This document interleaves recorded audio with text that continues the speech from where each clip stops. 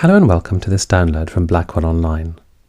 My name is George Miller, and my guest today is Alain de Botton, author of a string of best-selling books, from How Proust Can Change Your Life and the Consolations of Philosophy, to the more recent Status Anxiety and the Architecture of Happiness. In his new book, Alain turns his attention to the activity which occupies most of our waking hours, work. In a sequence of chapters that cover a host of different occupations, from rocket scientist to career counsellor, he examines in his inimitable style what we seek from work, what we invest of ourselves in it, and what it gives us in return. I asked him first what impulse had set him on the trail of the pleasures and sorrows of work. I think one of the impulses was just how little the world of work gets an appearance in most works of certainly fiction and even a lot of non-fiction in Britain today.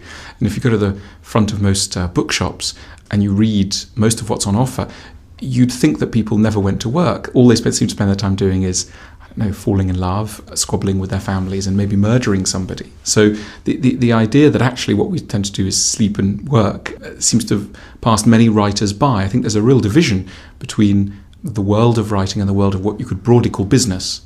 Of course, business does make an appearance in business books and in the financial pages of newspapers, but the tone is then a particular sort of tone.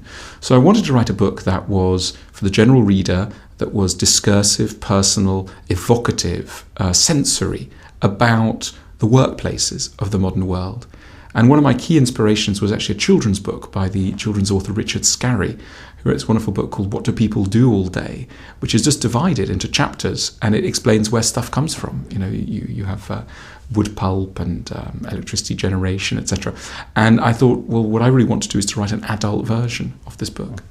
Having identified that interest, how did you then decide which stuff you were going to pursue? Because you pursue various tacks in the book. So how did you come up with that list? Partly I wanted to write about the sort of jobs that are prevalent in the modern world but that don't get much airtime.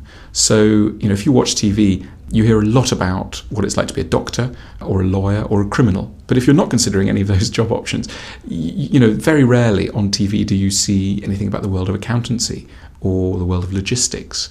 So I picked jobs that sat squarely on the theme of sort of the modern world and how it works, but that weren't going to be immediately obvious or familiar to everybody. So I wanted to surprise myself and surprise the reader with the complexity, strangeness, unusualness of these jobs, which are omnipresent, but as I say, don't get much focus.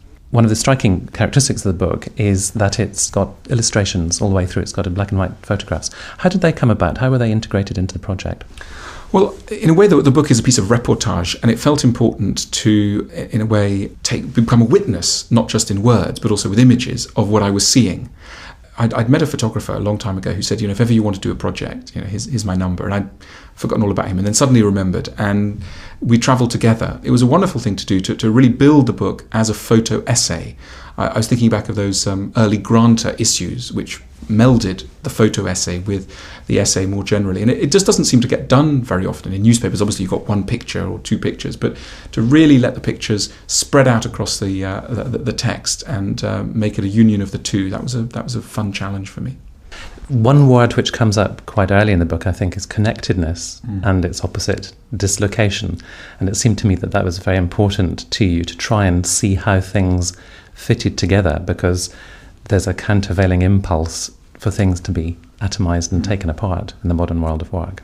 That's right. 200 years ago, you would have known where stuff came from. You would have known where your food came from. You would have known where your furniture came from, who made your clothes, etc. We were connected normally by human relationships with the people who made stuff. And I think a feature of the modern world is we don't know at all. We just don't know where stuff comes from, be it our food, our clothes, our furniture, etc. And from that ignorance, I think, comes feelings of guilt, feelings of disconnection, alienation, and also a loss of a feeling of wonder, because one of the most wonderful things you can do is to look at people working and think about people working. So I wanted to try and make those connections and go on some journeys which would deliberately reconnect us imaginatively with our goods. One of the journeys you make early in the book is in pursuit of a new biscuit.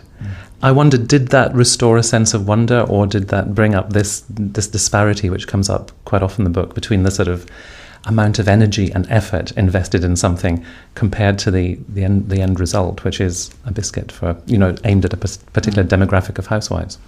I think I wanted to look at something which is a very widespread feature of the modern world, which is, as you say, that discrepancy between the size of industries, the number of people employed, the huge revenues that are generated, and the ultimate meaning or purpose of the particular product that comes out of it.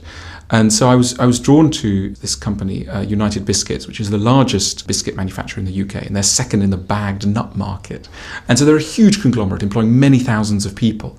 And yet at the end of the day, they're making the sort of thing that in a pre-industrial age, you would have made in your home, and you would be the work of an afternoon. But now, of course, it's the work of a lifetime, and you get people who do only one particular feature of that work. So, I met up with packaging technologists and met up with data systems analysts, all these people whose jobs, you don't understand them at first because they're so specialised. And I wanted to explore that whole issue of specialisation and what it does to us.